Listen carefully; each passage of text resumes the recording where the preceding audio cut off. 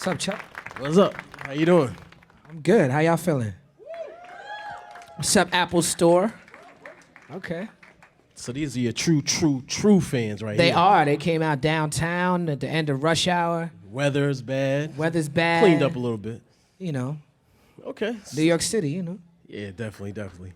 So let's get it going a little bit. So let's talk about your new album and, let's get that going. It's available on iTunes, Prisoner of Conscience. But can you speak on that a little bit for people that don't know already? Yeah, I got a new album. It's my 5th solo album. It's called Prisoner of Conscience. It's my 2nd release on my own independent label called Javotti Media. It's released this time. It's distributed by Caroline EMI. And we have a lot of exciting guests on it. Currency, Melanie Fiona, Kendrick Lamar, Miguel, Busta Rhymes, Nelly, Seu George from Brazil, Marsha Ambrosius. We got tracks from E. Jones, Oh No, RZA, J. Cole. But most importantly, it's my album, and I hope that you get it and listen to it and enjoy it. Now the album shows a tremendous amount of range for you, which surprised me in a way, especially contrasting it with the title of the album, Prisoner, whereas it seems like you're actually more free on this album. Was that done purposely, or, it seems like a pretty stark contrast? Yeah, Prisoner of Conscience is not what I refer to myself as. That's dealing with people's perception of what I'm supposed to sound like. Too often, because music is not just a sonic experience anymore, people listen to music with their eyes, or they listen with preconceived notions of what an artist is supposed to sound like. And I try as hard as I can to defy the expectations of what you might expect, but still give you what you want and what you need. It's important, especially for longtime fans who have invested a lot in me, to give them something of substance and give them something that's entertaining. But at the same time, as an artist, I can't be confined to a box. And I can't, if you confine me to a box, then you confine the artists that I work with to a box, and you confine yourself to a box, and then we all box in. That's no fun. No fun at all. Speaking of breaking out of boxes, you had a project a few years ago called Idol Worship with Reese and another artist at one point. I don't know what happened with that. Me and Reese. Right, you and Reese. And that was a very unconventional project that a formula that some other people kind of used after the fact. But how did those ventures lead up to this, in terms of doing different innovative, creative things? Prisoner of Conscience, this album was recorded over 4 years. In that 4 years, I released Gutter Rainbows and I released Idol Worship. Idol Worship was created because Reese and I have often been pigeonholed as artists, and we wanted to create an album that employed all of our influences as artists, not just a couple. And that's what Idol Worship was, which is music, touring with Idol Worship, having the band. I have a band with my solo stuff. It opened me up to new ideas, new sounds. I DJ around town. Anybody who comes to Beauty in Essex in New York on Tuesdays knows that I'm up there. I had a lot of great musical experiences, Idol Worship included, that really influenced the musicality on this album. Idol Worship was done to show people that I'm not just a lyricist or not just a hip-hop artist. I'm proud to be those things. I'm proud to be known for those things, and those talents are on display in my music. But that's not the sum of what I am. Yeah, okay. Now, you also, you receive, I guess, criticism and praise for working with artists that a lot of people were a little shocked and stunned at seeing you work with. Young Money is I guess the most notable recently. How do you take that type of criticism from your fans who I guess you would assume would ride with you down those paths? Well, fan doesn't have to ride with me for them to be a fan. They don't have to like every song I make. They don't have to like every decision I make. But a true fan will respect every decision you make. And I don't, in the way I listen to music, I don't care if I agree with an artist, what they're saying. I don't care who they're dating. I don't care what color their pants are or how tight they are. I don't spend any time thinking about those things. I listen to music, whether or not I like the song. When I listen to a song, I think about where the artist was raised, what type of music they were raised under, what type of things influenced them. And I would like every artist to be true to their influences because I'm true to mine. So when I do a song with somebody, the only criticism that I take seriously from a fan or anybody else is a criticism of the actual song. Like if someone is like, I just don't like the song. Like I don't like the beat. I don't like the hook. I don't think you sound good. I don't think the other person sound. I don't like the song. Then that's a criticism I'm bound to respect. But if somebody is criticizing me for actually working with an artist, that's not a criticism I really respect. Yeah. Now on Prisoner of Conscience, did you get in the studio with these artists, or how were you? Did you guys, send sessions back and forth? I mean, there's a lot, so I would assume that it. Every song was different. The vast majority of it was done in the studio. Okay. With the other artists. Melanie Fiona's on the album. I wasn't in the studio with her. Okay. I wasn't in the studio with Kendrick. I wasn't in the studio with Marsha Ambrosius. Okay. But other than that, everybody else I was in the studio with. I thought it was a huge testament to the amount of respect that these people have for you as well. I mean, you got everybody from Nelly, Kendrick, Miguel. I wanted to ask you, did he do any kicks or anything? What's great about Miguel and Kendrick, these wonderful artists from Los Angeles, is that when I worked on this album, Miguel had no Adorn. You know what I'm saying? When I worked on this album, Kendrick Lamar hadn't dropped a single yet. Okay. When I did these songs with these people. So, I'm just glad that I run with a circle of artists and I'm in a community where I can see that talent as it's bubbling, Right. And with the last, major label release I had, Reflection Eternal, we had a song called Just Begun, which had Jay Electronica and J. Cole on it, and a couple years later, people came up to me like, yo, when did you do that song? And I'm like, you missed it on that song. I mean, on my early, on Quality, I had Kanye on for 4 tracks on that album, so I've always been able to run in a circle, an artistic circle where I can be amongst talented people, whether they're or be amongst the best, whether everybody knows they're the best or not. Right. So you had the foresight to see. Yeah, I don't think it's I don't think it's a visionary see the future thing, but I think it's just being a part of a community and like you said, the respect of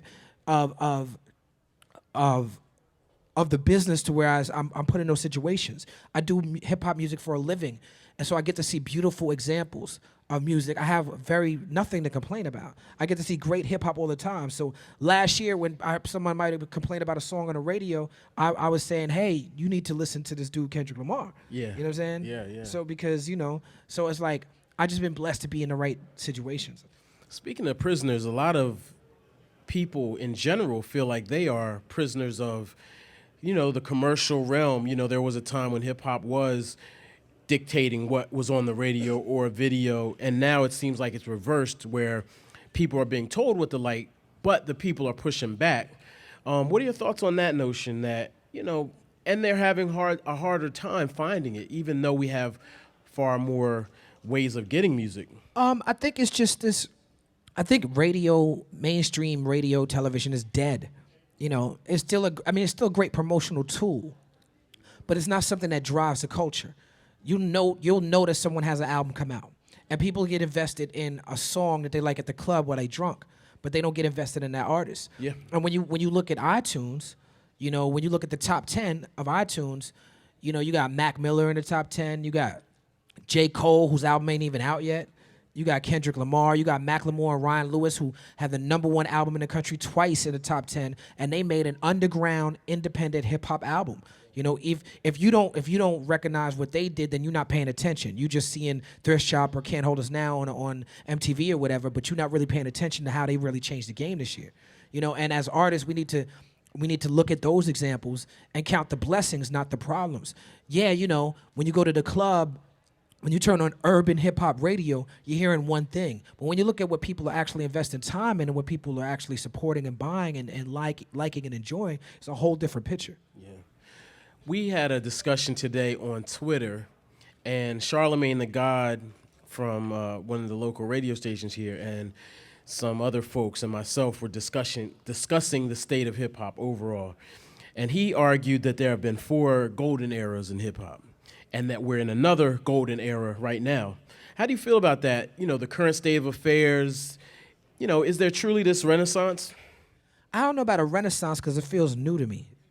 It feels something different. But I mean, I like a lot. I mean, again, I'm biased Yeah. because I'm always gonna like it. Like I'm an optimist. I get to see great hip hop. There's so much hip hop that's come out that I haven't got a chance to hear every Big Crit song or every Ab Soul song or every Joey Badass record. Like there's so much out there that I haven't even, and I do it all day long. Right. You know what I'm saying? I do it all day. That's all I do. And I haven't even been able to catch up with everything. So I think it's kind of arrogant and kind of spoiled bratish of us to complain about hip hop dead and what's not available. When not only is everything available, but it's not only just available, it's available for free. Yeah. Like you don't even got to pay for it. Right. You could just snatch it out the air. You know what I'm saying? Like, and yet people are still complaining. Like, it's like somebody made a good point to me on Twitter. It's like people who are stuck in the 90s are complaining about the lack of music that sounds like it's in the 90s. Yeah. But yet, when music became downloadable, we stopped supporting it. Yeah. You know, and it created and we started downloading it for free and stopped demanding that it be heard at mainstream radio. Yeah. So you don't have groups like Outkast or the Fugees or certain groups that would have had positive content and bubble up. You have your Kanye West, you have your Lupe Fiascos, one or two, but you don't have the same balance until what Charlamagne is talking about. You're starting to see it now. Yeah. You know, I think Kanye made way for Drake.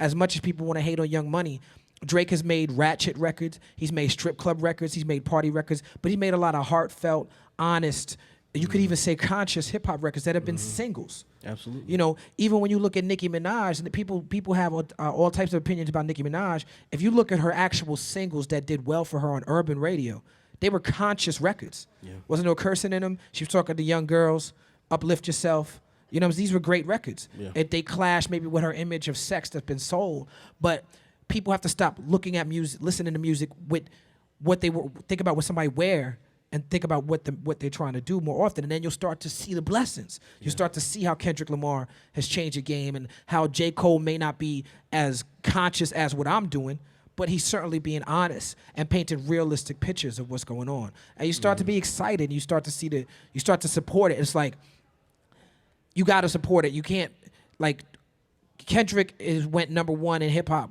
selling what, 250,000 a week.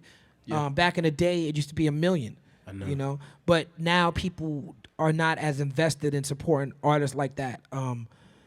But they're invested a lot in talking about what's missing. Yeah, too much energy on what's bad and not what's good. Right. You have one tool to change what you think is missing. And it's not Twitter, it's not Facebook, it's your wallet, it's money. That's the only tool you have. People ask me all the time, how can you change? You just support what you like. It's not dissing no other artists for expressing themselves, how they grew up. It's only supporting what you like. Speaking of supporting what we like, a lot of people, I know you get this a lot, but and last time we talked, we brought it up, but I try to be smooth. Sorry, take your time. I know you get this question a lot, but everybody wants to know when, if ever, will you and Mos Def get back together for a Black Star album? Yeah, you can go ahead and clap for Black Star. I had to rile them up a little bit. I don't know.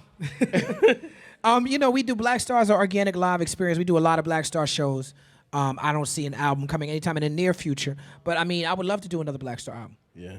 Okay, that was easy enough. What's you know, you've kind of been, you know, you've had this nice balance between commercial and underground, mainstream success and off the beaten path success. And now you're independent completely. What's been your greatest challenge as an artist and a businessman? I think, you know, last year was my greatest challenge, you know, having to separate myself from Blacksmith and the situation I was at and at that time and really learning the ropes of putting a record out myself. You know, it was trials and tribulations for me last year. Yeah. And I think I'm better for it, and I think that I was able to roll out Prisoner of Conscious better than I had rolled out a record in a minute, and I think it was solely based on me taking that control in my hands. Okay. All right, so we're about to go into Q&A, so everybody get your questions together. So I wanted to ask you this last question before we do the Q&A, because you were like the spokesman for hip hop when Lil Wayne and Rick Ross were, you were on, you were speaking. I got thrust into. Right, you got thrust into it. Yeah. You were in Twitter beefs with friends or whatever. However, I mean, just seemed like you were everywhere. So, let me ask you. So, from that vantage point, where are we with hip hop and in this era where it's being accepted, but yet, obviously, when certain things pop up, it's also still outlaw music? Well, I think that the misunderstandings and the people getting upset at me for my opinions on these certain subjects come from a place where you have a lot of people who grew up investing in hip hop, loving hip hop, giving their all to hip hop, and then they feel like hip hop is not giving back to them. Right. Especially women. You have a lot of women who love hip hop, but the hip hop that's being pumped to us by corporate radio stations and the TV stations all the time is so disrespectful to women all the time, and so it becomes a weariness there. Like I'm just sick of it, and so they pull back, and they stop investing in it. Right. And so because they're not investing in it no more, you have artists who are not doing that, but who can't get support from the community. You know what I'm saying? So it puts the artist in an interesting position where I'm still part of this community, and I'm trying to fight the good fight in the. Or not. I'm saying I'm talking about a collective of artists who do conscious music and try to not degrade women and try to uplift the community. First and foremost, I'm for support of the arts. I realize that if an artist is expressing songs that deal with ghetto pathologies, that they're a victim of the same pathologies that their fans are. Right. They're not part of they're not evil. Right. They're not monsters preying on the community. They're expressing years and years of degradation. Mm-hmm. They're expressing themselves. People make the arguments of he's old enough, he should know better. All those arguments are irrelevant when you're talking about art.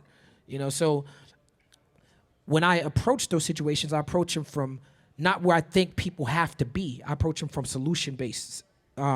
And strategically, if I'm going to ask somebody to be more responsible in hip hop, the first thing I have to do is embrace the fact that they're hip hop.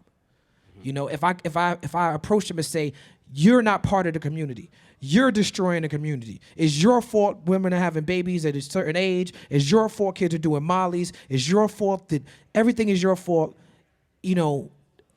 How can you approach somebody like that and expect them to listen to you? Right. To me, that's not strategic. So I feel like a better strategy is for me to work with artists like that, for me to just big them up when they do something that I do like. Right. Like if they have a song that I like, I support it, and just try to create community so that the artist feels part of a community. If you feel outside of the community, why would you care about what the community has to say to you? And I think people misconstrue that for me being soft on certain artists. It's like, nah, I'm not gonna fall for the trap of me being against another artist, another black man, another young black man who's expressing himself. I'm not gonna fall for that trap. I wouldn't do that to my own brother, so I'm not gonna do that to another artist. I'm approach my own brother with love, family like that, so I'm approaching another artist with love. Okay. Amen. So questions. Peace, Chuck. Peace, Qua. Peace. I'm from the West Coast. My first time in NYC. Welcome. Thank you. Appreciate it. This is a splendiferous event for me, so thanks for being here. I got a question for you about Blacksmith. I know you brought it up a minute ago. Big fan of Strong Arm Steady, big fan of Jean Grey. As an artist, did you find that it was challenging to, kind of have this label situation with other artists? Just wondering what else you learned from that situation. Yeah, I think it's important that when you work with someone artist-wise, that you work with artists that are capable of sustaining themselves. And the reason why I work with both Jean Grey and Strong Arm Steady is because they had their own followings and their own way of doing things that is a partnership. I didn't discover Strong Arm Steady. I didn't discover Jean Grey. I just partnered up with them. And we were able to both benefit from the partnership. Now with Javotti Media, I'm doing the same thing, but I have a little bit more knowledge. Sean Fallon was talking about my man Cory Mo, who's an artist from Houston, who I'm partnering with for his release.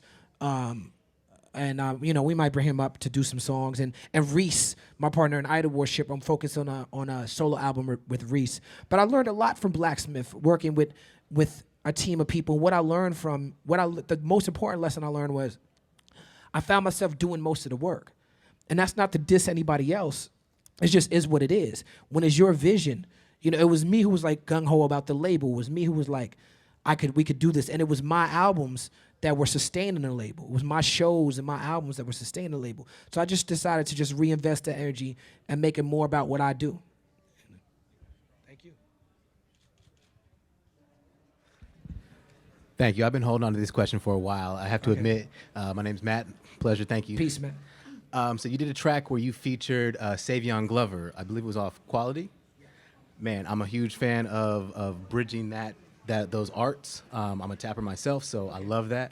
How did that come about? How did you? I know Savion for years, just for him being a cat in the streets and at the parties and whatnot. And right at the time that I was on Raucous and we were starting, Savion was moving out of like the bringing the noise, bringing the funk phase to like becoming like the representative. You know what I'm saying? And you know, it's funny you bring that up because you know what? You try not to have any regrets, right? But now in this age of YouTube, I really am like, damn, we should have been filming that. You know what I'm saying? Yeah. We didn't film that at all. You know, and as now that I'm watching videos on YouTube and watching things that everything you film, everything now, I'm so mad. We weren't even thinking. I wasn't even thinking on that level visually. Like I was thinking Gregory Hines and all them, and I was thinking like how Tap used to be a part of the canon of the music, and you would hear Tap on records, and that's all my brain was at. So I was thinking like I know Savion. I invited him in. He insisted that we get this particular type of wood board in there. And what I remember we did it at the Cutting Room on Broadway. You put this wooden board in there, and he must have tapped in there for like 3 hours to the point where the room had to be like 100 degrees. Like he made it hot in there from tapping. I remember that. Like we were in there sweating. Yeah. Everybody. You know what I'm saying? Like, so it was a great thing. And he was just a homie. You know what I'm saying? So it was like that's what it was. All right. Any other questions? Hello. Hey, how you doing? I'm good. I have a question. How long do you want to make records for? I want to make music forever. You know, as far as making records and putting them out, I could see myself stopping at some point in time, and letting them come out just naturally and organically as they come out. But I mean, I plan on making music forever to the end of my days. Definitely. Hey, how you doing? Peace. So I've seen you speak a couple times. I love it every time. I liked what you were saying about how to like revive rap industry and hip hop industry by buying records. My question is like, how do we, as fans, help those artists who aren't really making things anymore when we already have their albums? How do I bring Outkast back? How do I get Dre to finally drop Detox? Well, I mean, I think that's a good question, but I think the fair answer in particular to Outkast and Dr. Dre is like, you're talking about artists that have been making music for 20, 30 years. You know, Dr. Dre, he gave us two great NWA albums. He gave us 2 incredible, Chronic albums that changed the game every time they dropped.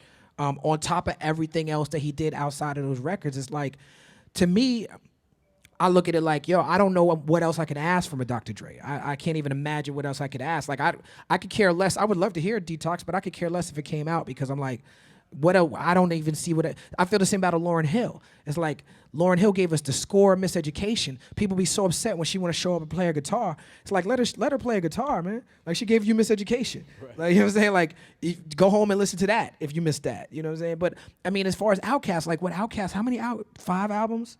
Yeah. Like, all of them incredible. Like, it's so hard to make one dope song.